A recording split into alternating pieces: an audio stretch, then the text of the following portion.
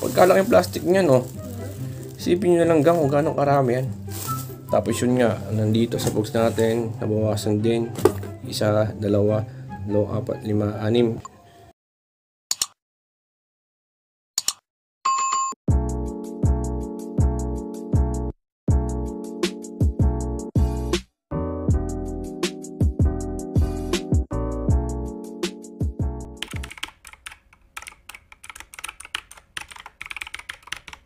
So yun nga guys, kinukuha na ni Sander yung pogs natin kasi may gagawin tayong content ngayon gang. Okay gang, dahan-dahan. Yan, sige dahan-dahan lang gang. Baba mo dyan gang. Ha? Oh, sige, natanggal ko na, baba mo na. Oh. Baba mo na, dahan-dahan. Dito banda gang. Dito. Yan. So, gang, papakita lang natin kung gaano karami. Ayusin mo, hindi mo kasi inaayos eh. So ito yung napanalunan natin pogs. Oh my God! Wow! May dayo sa atin. Ayusin mo na, sige. Ayusin mo na yan. I-ano mo na lang. Ganyan mo, oh. Lagyan mo agad.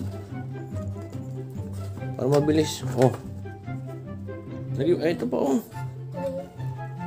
Bilis. So yun nga guys, kita nyo naman nabawasan na, nawala yung ibang dangkal dito, nawala. So ito yung naging kapalit kasi pagkadami nang napanalunan natin ito. Okay. So may nag-request kasi doon sa vlog na ipakita doon natin kung gano'ng karami na panalunan natin po. So ito lahat yun. Okay. Ayan. So sana magustuhan nyo itong gagawin natin short vlog na ito mga gang, ha? Ano pala lahat? Oh, so yung next vlog pala dapat ipapakita natin na ibibigay na natin yung pogs kay Sander, kaso nga dahil nag-uulan hindi kami makapag-vlog ngayon sa labas. So ito na lang muna. Ito, palagyan mo gano'ng karami ito gang. Ano yan? 4 na daw, 5. What? Talagpas to. Oh, tingnan mo naman kung gano'ng karami yan, oh. Baka ano yan? 4 o 5, lagpas to ng 5, 4. Baka ano yan? Kahit to ng mga 7, 8, hindi lang. Dami nun, oh. Pagkalaking plastic niyan, oh. Isipin nyo na lang gang kung gano'ng karami yan. Tapos yun nga, nandito sa box natin, nabawasan din.